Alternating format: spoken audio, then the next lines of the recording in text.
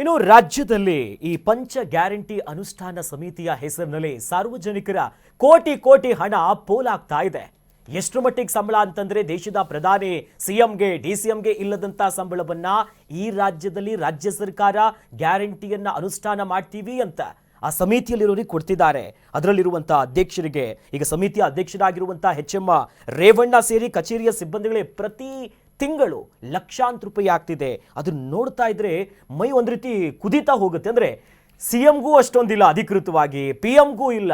ನಾವು ಇತ್ತೀಚೆಗಷ್ಟೇ ಬಜೆಟ್ ನೋಡಿದಾಗ ಸಾಲ ಮಾಡಿ ತುಪ್ಪ ತಿಂತಿದ್ಯಾ ಸರ್ಕಾರ ಅಂದ್ವಿ. ಬಟ್ ಎಲ್ಲೋ ನೋಡ್ತಿದ್ರೆ ಈ ಒಂದು ಮಾತಿದೆಯಲ್ಲ ಸರ್, ಯಾರ್ದೋ ದುಡ್ಡು ಎಲ್ಲಮ್ಮನ ಜಾತ್ರೆ ಅಂತ, ಅದಕ್ಕೆ ಅನ್ವಯ ಆಗುತ್ತಂತೆ ಇವ್ರಿಗೆಲ್ಲ. ಆ ಯೋಜನೆಗಳೇ ಇವತ್ತು ದಯನೀಯ ಪರಿಸ್ಥಿತಿಲಿದೆ. ಹೌದು. ಆ ಯೋಜನೆ ಹೆಸರಲ್ಲಿ ಇಷ್ಟೊಂದು ಕೋಟ್ಯಾಂತರ ರೂಪಾಯಿ ಇವರು ದುಂದು ವೆಚ್ಚ ಮಾಡ್ಕೊಂಡು ಕೂತ್ಕೊಂಡಿದ್ದಾರೆ. ಆಯಾ ಇಲಾಖೆಗಳಿಗೆ ಒಪ್ಪಿಸುವಂಥ ಕಾರ್ಯವನ್ನು ಇವರು ಯಾರಿಗೆ ಮಿನಿಸ್ಟರ್ಗಿರಿ ಕೊಟ್ಟಿಲ್ವೋ, ಯಾರು ಇವರು ಸ್ವಲ್ಪ ತಳ್ಳಿ ಇಟ್ಕೊಂಡಿದ್ರು ಅಂಥವ್ರನ್ನ ಪೋಷಣೆ ಮಾಡೋದಕ್ಕೋಸ್ಕರ ಒಂದು ಆದಾಯ ಅವರಿಗೆ ಕ್ರಿಯೇಟ್ ಮಾಡಿಕೊಟ್ಟಿರುವಂಥದ್ದು 18 ಕೋಟಿ ತಿಂಗಳು, 1.5 ಕೋಟಿ ತಿಂಗಳ ವೇತನ ಅಂತೆ. 18 ಕೋಟಿ ಆಯ್ತು, 70-80 ಕೋಟಿಯಾಗಿ ನಿಂತ್ಕೊಳ್ಳುತ್ತೆ ಅದು ವಾರ್ಷಿಕ. 4 ವರ್ಷಕ್ಕೆ ನಿಮ್ಮದು ಅಲ್ಲ ಇದಕ್ಕೆ ಗ್ಯಾರಂಟಿ ಯೋಜನೆಗೆ ಅನುಷ್ಠಾನಕ್ಕೆ ಕೊಡುವಂಥದ್ದು. ನೀವು ದಯಾನೀಯ ಪರಿಸ್ಥಿತಿಲಿದೆ. ಆದಾಯ ಸರ್ಕಾರದ ಬೊಕ್ಕಸ ಖಾಲಿಯಾಗಿ ಕೂತ್ಕೊಂಡಿದೆ. ನೀವು ಅದ್ರ ಮೇಲೆ ಖರ್ಚು ಮಾಡ್ತಾ ಇರೋದು ವಾರ್ಷಿಕವಾಗಿ 18 ಕೋಟಿ ರೂಪಾಯಿ, ತಿಂಗಳಿಗೆ 1.5 ಕೋಟಿವರೆಗೂ ನೀವು ಇವ್ರ ಮೇಲೇ ಸುರಿತಾ ಇದ್ರಿ. ಒಬ್ಬೊಬ್ಬರಿಗೆ 12 ಜನ 10 ಜನ ಸಿಬ್ಬಂದಿಗಳು ಕೊಟ್ಟುಬಿಟ್ಟು ಅವ್ರ ಕೈಯಿಂದ ಅನುಷ್ಠಾನ ಆಗ್ತಾ ಇದೆಯಲ್ಲ ಅಂತ ಚೆಕಿಂಗ್ ಅಂತೆ. ಕೇಳಿದ್ರೆ ಮತ್ತೆ ಜನರಿಗೆ ತಲುಪುವ ವ್ಯವಸ್ಥೆ ಸರಿ ಇದೆಯಲ್ಲ ಅಂತ ಮತ್ತೆ ಅಧಿಕಾರಿ ವಲಯ ಇರೋದೇನಕ್ಕೆ? ಅನುಷ್ಠಾನ ಅನ್ನೋದನ್ನ ಸರ್ಕಾರದ ಅಡಿಯಲ್ಲಿ ಕೊಟ್ಟಿರ್ಬೇಕಾದ್ರೆ ಕಾಂಗ್ರೆಸ್ ಕಾರ್ಯಕರ್ತರನ್ನು ತಗೊಂಬಂದು ಮೆರೆಸುವಂಥದ್ದೇನಿದೆ? ಹೌದು. ನಿಮ್ಮ ಆಡಳಿತದ ವ್ಯವಸ್ಥೆ ಅಡಿ ಅಧಿಕಾರಿಗಳಿದಾರಲ್ಲ ಅವರನ್ನ ಬಳಸಿ. ಅವ್ರಿಗೆ ತಿಂಗಳ ಆದಾಯ ಹೋಗ್ತಾ ಇದೆಯಲ್ಲ, ತಿಂಗಳ ವೇತನ ಕೊಡ್ತಾ ಇದೀವಲ್ಲ, ಅವರನ್ನು ಬಳಸಿ. ಯಾಕೆ ಅವ್ರ ಮೇಲೆ ನಂಬಿಕೆ ಇಲ್ವಾ? ವ್ಯವಸ್ಥೆ ಮೇಲೆ ನಂಬಿಕೆ ಇಲ್ವಾ ನಿಮಗೆ? ನೀವು ಕೊಡ್ತಾ ಇರೋ ಯೋಜನೆಯ ಜೊತೆಗೆ ಮತ್ತೆ ಇವರಿಗೊಂದು ಬೇರೆ ಭರಪೂರ್ವ ಯೋಜನೆ ಕೊಡ್ತಾ ಇದ್ದೀರಿ. ವ್ಯವಸ್ಥೆಯನ್ನು ದರಿದ್ರವಾಗಿಸ್ಕೊಳ್ಳೋದು ಇದು. ಹೌದು. ಈ ವ್ಯವಸ್ಥೆ ಅಡಿ ಇವ್ರಿಗೆ ಯಾರ್ಯಾರು ಬಾಲ ಬಡಿತಾರೋ ಅವರನ್ನು ಪೋಷಣೆ ಮಾಡುವಂಥ ಕಾರ್ಯ ಇದಷ್ಟೇ.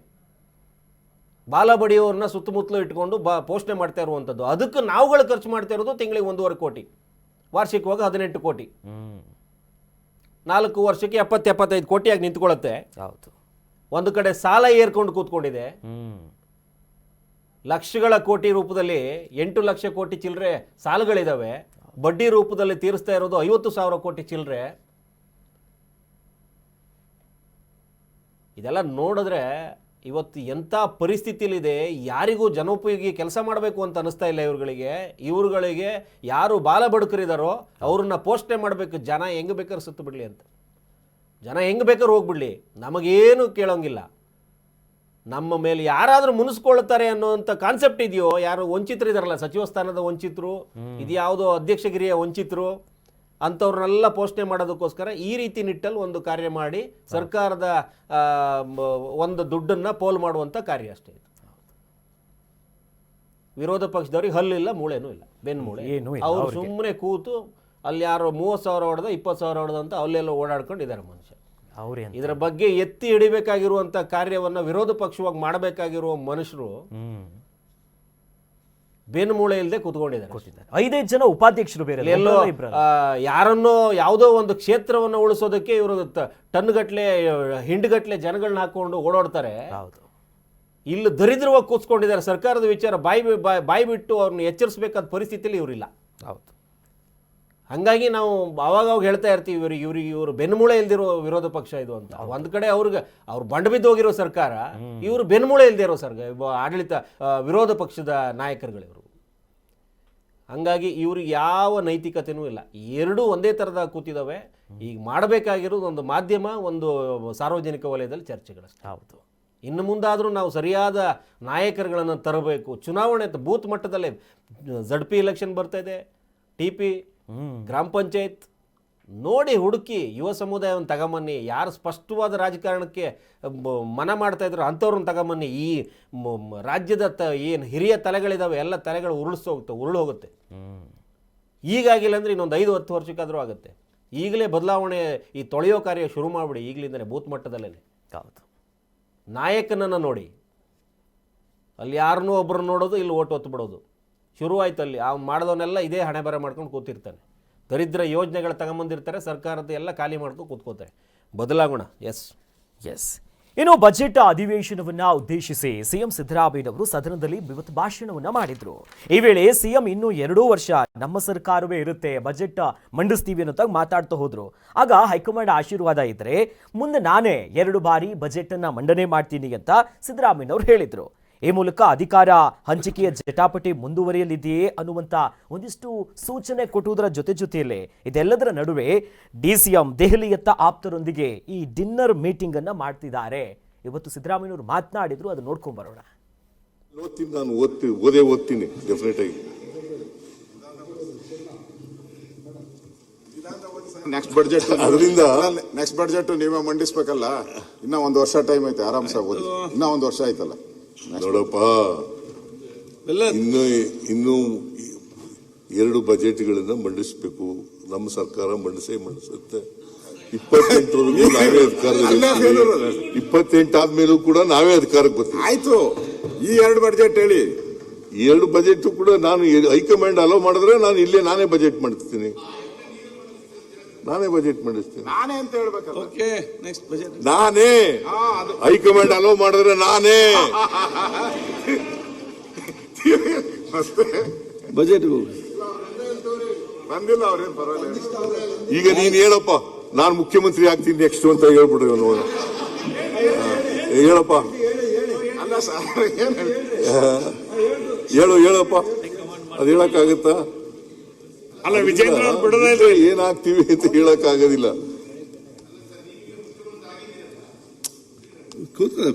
ನಾನು ಅಪೋಸಿಷನ್ ಆಗಿದೆ, ಲೀಡರ್ ಆಫ್ ದಿ ಅಪೋಸಿಷನ್.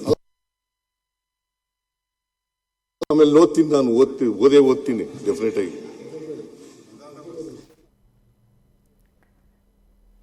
ನಾನೇ ಬಜೆಟ್ ಮಂಡಿಸ್ತೀನಿ ಅಂತ ಬಹಳ ಗಟ್ಟಿ ಧ್ವನಿಯನ್ನು ಹೇಳ್ತಾರೆ. ನಾನೇ ಅಭಿವೃದ್ಧಿ ಮಾಡೋದಂತ ಯಾರ ಬಾಯಲ್ಲಿ ಇವತ್ತಿನವರೆಗೂ ಬಂದಿಲ್ಲ. ರೊಚ್ಚಿಗೆಬ್ಸಿರೋದ್ರಿಂದ ಹೇಳಿರ್ತಾರೆ. ಯಾವ ನಂಬಿಕೆನೂ ಇಲ್ಲ. ಈ ಮೊದಲು ಏನಿತ್ತು ಅದ್ರ ಬಗ್ಗೆ ಚರ್ಚೆನೇ ಆಗ್ತಿರ್ಲಿಲ್ಲ, ಅದ್ರ ಬಗ್ಗೆ ಯಾರು ಹೇಳ್ತಾನೂ ಇರಲಿಲ್ಲ. ಹೌದು. ಈಗ ಏನಾಗಿದೆ, ಹೈಕಮಾಂಡ್ ಅವಕಾಶ ಕೊಟ್ರೆ ಅನ್ನೋ ಕಾನ್ಸೆಪ್ಟ್ ಇತ್ತಲ್ಲ, ಈಗ ಅನುಮಾನಗಳು ಬಂದಿರೋದ್ರಿಂದ ಹೈಕಮಾಂಡ್ ಅವಕಾಶ ಕೊಟ್ರೆ ಅನ್ನುವಂಥ ಮಾತುಗಳು ಬರ್ತಾರೆ. ಮೊದಲು ಹಂಗೆ ಇರಲಿಲ್ಲ. 5 ವರ್ಷ ನಮ್ದೇ ನಾನೇ ಸಿ ಎಂ ಅಂತಾನೆ ಓಡಾಡ್ತಾ ಇದ್ದಿತ್ತು. ಹಾಗಾಗಿ ವಯೋಸಹಜವಾಗಿ ಎದುರುಗಡೆ ಇರುವಂಥವ್ರು ರೊಚ್ಚಿಗೆ ಬಸಿದಾಗ ಹಂಗೆ ಅವರು ಅಶೋಕಿಗೆ ಅಲ್ಲೇ ಕೇಳ್ತಾರೆ ನೋಡಿ. ಹೌದು, ನೀ ಸಿ ಎಂ ಆಗ್ತೀನಿ ಅಂತ ಹೇಳ್ಬಿಡಪ್ಪ ಅಂತ ಹೇಳ್ತಾರೆ. ಹೌದು. ಅಂದರೆ ಈ ರೀತಿ ಈ ಯಡಿಯೂರಪ್ಪನವರು ಆಮೇಲೆ ಸಿದ್ದರಾಮಯ್ಯನವರು ಎದುರಾಕೊಂಡು ಬದುಕೋದಕ್ಕಾಗೋದಿಲ್ಲ, ಮಾತಲ್ಲಿ ಗೆಲ್ಲೋದಕ್ಕಾಗೋದಿಲ್ಲ. ಒಂದಷ್ಟು ಮಾಸ್ ಅಫೀಲ್ಗಳನ್ನ ಇಟ್ಕೊಂಡ್ಬಿಟ್ಟಿದ್ದಾರೆ ಇವರು. ಒಂದಷ್ಟು ಅದಕ್ಕೆ ಮಾಸ್ ಲೀಡರ್ಸ್ ಇವರು ಇಬ್ರು. ಹೌದು. ಬೇರೆಯವ್ರನ್ನ ಬೇಕಾದ್ರೆ ಹೆಂಗೋ ಕೆಣಕಿ ಗೆದ್ದು ಬಿಡಬಹುದು, ಆದ್ರೆ ಇವ್ರನ್ನ ಕೆಣಕಿ ಗೆಲ್ಲಕ್ಕಾಗೋದಿಲ್ಲ. ಯಾಕಂತಂದ್ರೆ ಆ ರಾಜಕೀಯ ಅನುಭವ ಅಷ್ಟೊಂದಿದೆ. ಅಷ್ಟಿದೆ. ಎಲ್ಲೋ ಒಂದ್ ಕಡೆ 6 ವರ್ಷಕ್ಕೆ ಬಂದು ನಿಂತ್ಕೊಂಡು ಗೆದ್ದು ಬಿಡ್ತೀನಿ ಅನ್ನೋಂಥ ಸುಮ್ಮನೆ ಮಾತಾಡಿ ಹಂಗೆ ಕೂತ್ಕೊಂಡ್ಬಿಡ್ಬೇಕು, ಆಪ್ಷನ್ ಇಲ್ಲ ಬೇರೆ. ಆದರೆ ಇವತ್ತಿನ ಲೆಕ್ಕಾಚಾರ ನೋಡಿದ್ರೆ ಸಿದ್ದರಾಮಯ್ಯನವರಿಗೆ 2 ವರ್ಷ, ಮುಂದಿನ 2 ವರ್ಷ ಬಡ್ಜೆಟ್ ನಾನು ಮಂಡನೆ ಮಾಡ್ತೀನಿ ಅನ್ನುವಂಥ ಯಾವ ಗಟ್ಟಿ ಆಧಾರ ಸಿಕ್ಕಿಲ್ಲ ಅವರಿಗೆ. ಹಾಗಾಗಿ ಅವರು ಕೊನೆಯ ದಾಖಲೆಯ ಬಡ್ಜೆಟ್ ಏನು ಮಾಡಿದ್ರು 17ಕ್ಕೆ, ಸೊ 17 ಬಡ್ಜೆಟ್ಗಳನ್ನು ನಾನು ಇದಾಗಿದೆ ಅಲ್ಲಿಗೆ ದಾಖಲೆಗೋಸ್ಕರ 60,000 ದಾಖಲೆ ಮುರಿದ್ರು, ಬಡ್ಜೆಟ್ ದಾಖಲೆ ಇದು ಮಾಡಿಕೊಂಡ್ರು. ಹಾಗಾಗಿ ಈಗ ಆ ದಾಖಲೆಗೆ ಸೀಮಿತ ಆಗಿದ್ದಾರೆ. ಮುಂದೇನಾಗುತ್ತೆ ಬದಲಾವಣೆ ಬೆಳವಣಿಗೆ ಅವರಿಗೂ ಕೂಡ ಮೋಸ್ಟ್ ಪ್ರಾಬಬ್ಲಿ ಅವರಿಗೂ ಕೂಡ ಈಗಾಗಲೇ ಸಂದೇಹ ಬಂದಿರಬೇಕು, ಏನೋ ಒಂದು ಆಗತ್ತೆ ಬದಲಾವಣೆ ಅಥವಾ ಏನೋ ಒಂದು ಅಂತ ಹೇಳ್ಬಿಟ್ಟು. ರಾಜಕೀಯ ವಲಯದಲ್ಲಿ ಇವರಿಗಿರುವಂಥ ಚರ್ಚೆಗಳನ್ನು ಆಧರಿಸಿ ಹೋಗೋದಾದರೆ ಸಿ ಎಂ ಮುಂದುವರಿತಾರೆ ಅನ್ನುವಂಥದ್ದು ಕಾಂಗ್ರೆಸ್ಸಲ್ಲೂ ಕೂಡ ಎಲ್ಲೂ ಇಲ್ಲ. ಹಂಗಂತ ಸಿ ಎಂ ನಾನೇ ಆಗ್ಬಿಡ್ತೀನಿ ಅಂತ DCMಗೂ ಇವ್ರಿಗೂ ಇಲ್ಲ, DK ಶಿವಕುಮಾರ್ಗೂ ಇಲ್ಲ. ಎಲ್ಲ ಇವರು ಹಾಸ್ಯ ಚಟಾಕಿಗೆ ಸಿ ಎಂ ಸಿಕ್ಕಾಕೊಂಡಿರೋದೇ ಒಂಥರ ದುರಂತ. ಹೌದು. ಸಿ ಎಂ ಇದು ಏನು ನಮ್ಮ ಅಭಿವೃದ್ಧಿಯ ಬಗ್ಗೆ ಚರ್ಚೆ ಆಗಬೇಕಾ ಅಥವಾ ಈ ನಿಟ್ಟಲ್ಲಿ ಇದಾಗಬೇಕಾ? ವಿರೋಧ ಪಕ್ಷದವ್ರು ಕೇಳ್ತಾ ಇರೋದು ಗೇಲಿ ಈ ಹಾಸ್ಯ ಚಟಾಕಿಗೆ ಸೀಮಿತ ಮಾಡ್ಕೊಂಡ್ಬಿಡ್ತಾರಲ್ಲ ಇಂಥದ್ದನ್ನ. ಇವರು ಅನಿವಾರ್ಯವಾಗಿ ಒಂದೊಂದು ದಿನ 2 ದಿನ ಮೊಟಕುಗೊಳಿಸಿ ಇದು ಮಾಡ್ತಾರೆ. ಅದರಲ್ಲಿ ಇದು ಬೇರೆ ಕಾಲಹರಣ. ಈ ವಿರೋಧ ಪಕ್ಷದ ನಾಯಕರನ್ನೆಲ್ಲ ನಾವು ನೋಡ್ಕೊಂಡು ಕೂತ್ಕೋಬೇಕು. ಎಸ್. ಇನ್ನು ಇವೆಲ್ಲದರ ನಡುವೆ ಇವತ್ತು ಸಿಎಂ ಸಿದ್ದರಾಮಯ್ಯನವರು ಕುರ್ಚಿ ಬದಲಾಗುತ್ತಂತೆ ಮತ್ತೊಂದು ನಡುವೆ ಇವತ್ತು ಬಹಳ ಪ್ರಮುಖವಾಗಿ ಈ MLCಗಳು MLAಗಳ ಜೊತೆಯಲ್ಲಿ ಒಂದು ಫೋಟೋ ಶೂಟ್ ಅನ್ನ ನಡೆಸಿಬಿಟ್ಟಿದ್ದಾರೆ ವಿಧಾನಸಭೆಯ ಆವರಣದಲ್ಲಿ. ಪ್ರಮುಖವಾಗಿ ವಿಧಾನಸೌಧ ಮುಂಭಾಗದ ಮೆಟ್ಟಿಲ್ ಹತ್ರನೇ ಇವತ್ತು ಒಂದು ಫೋಟೋ ಶೂಟ್ ಆಯಿತು. ಜೊತೆಯಲ್ಲಿ ನಿನ್ನೆ ಪರಿಷತ್ನಿಂದ ನಿವೃತ್ತಗೊಂಡಂತ ಸದಸ್ಯರ ಜೊತೆಗೂ ಕೂಡ ಒಂದು ಫೋಟೋ ಶೂಟ್ ಮಾಡಿದ್ರು. MLAಗಳೊಂದಿಗೆ ಗ್ರೂಪ್ ಫೋಟೋವನ್ನ ತೆಗೆದುಕೊಳ್ಳೋ ಕೆಲಸ ಆಯಿತು. ಅಷ್ಟಕ್ಕೆ ಮಾತ್ರ ಆಗಿಲ್ಲ, ವಿಧಾನಸೌಧದ ಸಿಬ್ಬಂದಿಗಳ ಜೊತೆಯಲ್ಲಿ ಸ್ಪೀಕರ್ UT ಖಾದರ್ ಅವರು ಕೂಡ ಒಂದು ಫೋಟೋ ಶೂಟ್ ಆಗಿದೆ. ಇದೇ ವಿಚಾರವಾಗಿ ಕಾಂಗ್ರೆಸ್ಸಿನ ಶಾಸಕರಾಗಿರುವಂತ ವಿಜಯಾನಂದ ಕಾಶಪ್ಪನವರು ಮಾತನಾಡಿದ್ದಾರೆ. ನೋಡ್ಕೊಂಡ್ ಬರೋಣ.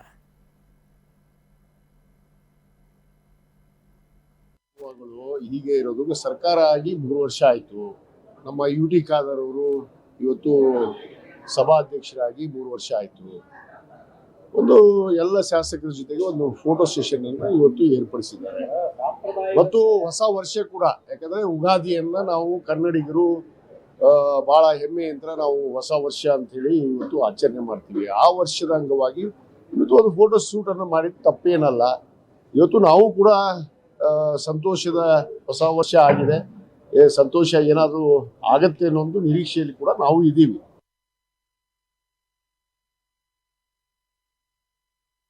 SSLC ಮಕ್ಕಳಿಗೆ ಬೀಳ್ಕೊಡುಗೆ ಸಂದರ್ಭದಲ್ಲಿ ಫೋಟೋ ಶೂಟ್ ಮಾಡ್ತಾರೆ. ಬಟ್ ಈಗ ಅನುಮಾನ ಬರ್ತಿರೋದು ಒಂದ್ ಕಡೆ, ಇದು ಕುರ್ಚಿ ಬದಲಾವಣೆಯ ಸಂಕೇತನೋ ಅಥವಾ ಸ್ಪೀಕರ್ ಬದಲಾವಣೆ ಸಂಕೇತನೋ ಅಥವಾ ಸಂಪುಟವೇ ಬದಲಾಗ್ಬಿಡುತ್ತಾ ಅಂತ ಯುಗಾದಿ ನಂತರ ಹೊಸ ಚಿಗುರು ತರ ಕಾಣ್ತಿದೆ. ಅವರು ಹೇಳಿದ್ರಲ್ಲ ಹೊಸ ಬದಲಾವಣೆ ನಿರೀಕ್ಷೆ ಮಾಡ್ತಾ ಇದ್ದೀನಿ ಅಂತ ಹೇಳ್ಬಿಟ್ಟು. ಏನಾಗಿದೆ ಕಾಂಗ್ರೆಸ್ ಪರಿಸ್ಥಿತಿ, ಏನಾದ್ರೂ ಗಂಟ್ಲಲ್ಲಿ ಸಿಕ್ಕಾಕೊಂಡು ಕೆಮ್ಮುದ್ರೂ ಅದು ಗಂಭೀರವಾದ ಕಾಯಿಲೆ ಬಂತೇನೋ ಅಂತ ನಿಟ್ಟಲ್ಲಿ ಯೋಚನೆ ಮಾಡೋಕೆ ಪರಿಸ್ಥಿತಿಯಲ್ಲಿ ಕಾಂಗ್ರೆಸ್ ಇದೆ. ಅಂದ್ರೆ ಆ ಮಟ್ಟದ ದಯಾನೀಯ ಪರಿಸ್ಥಿತಿಯಲ್ಲಿ ಕಾಂಗ್ರೆಸ್ ಇರುವಂಥದ್ದು ಸರ್ಕಾರ ಈಗ ಸದ್ಯಕ್ಕೆ. ಯಾರಾದ್ರೂ ಸುಮ್ಮನೆ DK ಶಿವ ಅವ್ರ ಮನೆಗೆ ಹೋಗ್ರು ಯಾಕೆ ಹೋದ್ರೆ ಇವರು ಅನ್ನುವಂಥ ಅನುಮಾನ ದೃಷ್ಟಿ, ಸಿದ್ದರಾಮಯ್ಯ ಅವರೆಲ್ಲ ಫೋಟೋ ತಗೊಂಡ್ರು ಯಾಕೆ ಇವರು ಫೋಟೋ ಈಗ ತಗೋತಾ ಇದ್ದಾರೆ ಅನ್ನುವಂಥ ದೃಷ್ಟಿ ನೋಡಿ. ಇದು ಸದ್ಯದ ಆಡಳಿತ ವ್ಯವಸ್ಥೆ ಹಿಂಗಾಗಿ ಬಂದು ಕೂತ್ಕೊಂಡಿರುವಂಥದ್ದು.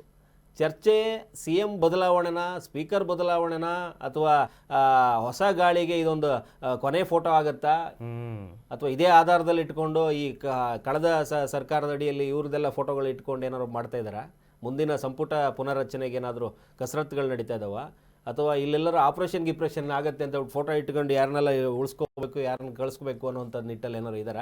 ಊರೊಳಗಡೆ ಆಪರೇಷನ್ ಆಗುತ್ತೆ ಈಗ, ಕಮಲ ಅಲ್ಲ ಅಷ್ಟೇ. ಹೌದು, ಸಂಪುಟ ಪುನರ್ರಚನೆ ಆಗಬೇಕು ಅಂದ್ರೆ ಸುಮಾರು ಆಪರೇಷನ್ಗಳಾಗಬೇಕಲ್ಲಿ. ಈಗ 2 ಬಣ 3 ಬಣ 4 ಬಣ ಕೂತ್ಕೊಂಡಿದೆ. ಹಾಗಾಗಿ ಫೋಟೋಗೆ ಜಾಸ್ತಿ ವ್ಯಾಖ್ಯಾನ ಕೊಡಬೇಕಾ ಬೇಡವಾ ಗೊತ್ತಿಲ್ಲ. ಈ ನಿಟ್ಟಲ್ಲಿ ಹೋದರೆ ಸಿದ್ದರಾಮಯ್ಯ ಹೇಳಿರೋ ಪ್ರಕಾರ ಸದ್ಯದಲ್ಲೇ ಏನೋ ಬದಲಾವಣೆ ಆಗೋ ಸಾಧ್ಯತೆ ಇದೆ. ಹೌದು, ಅವರ ಮಾತಿನ ಲೆಕ್ಕಾಚಾರದಲ್ಲಿ ಹೋದ್ರೆ ಸದ್ಯದಲ್ಲೇ ಏನೋ ಬದಲಾವಣೆ ಆಗೋ ಸಾಧ್ಯತೆ ಇದೆ. ಏನು ಅವರು ನವೆಂಬರ್ ಕ್ರಾಂತಿ, ಅಕ್ಟೋಬರ್ ಕ್ರಾಂತಿ, ಸೆಪ್ಟೆಂಬರ್ ಕ್ರಾಂತಿ ಎಲ್ಲ ಮುಗಿದು ಈಗ ಏಪ್ರಿಲಲ್ಲಿ ಏನೋ ಕ್ರಾಂತಿ ಆಗಬಹುದೇನೋ. ಯುಗಾದಿ ಆಗಿದೆ, ಹೊಸ ಚಿಗುರಿಗೆ ಏಪ್ರಿಲ್ವರೆಗೂ ಕಾಯ್ಬೇಕಾಗಿರ್ಬೋದೇನೋ. ಸೊ ಅಂಥದ್ದೊಂದು ಸನ್ನಿವೇಶ ಅಂತೂ ಇದೆ. ಕರ್ನಾಟಕ ನ್ಯೂಸ್ ಬೀಟ್ ಫಾಲೋ ಮಾಡಿ, ಸಬ್ಸ್ಕ್ರೈಬ್ ಮಾಡಿ.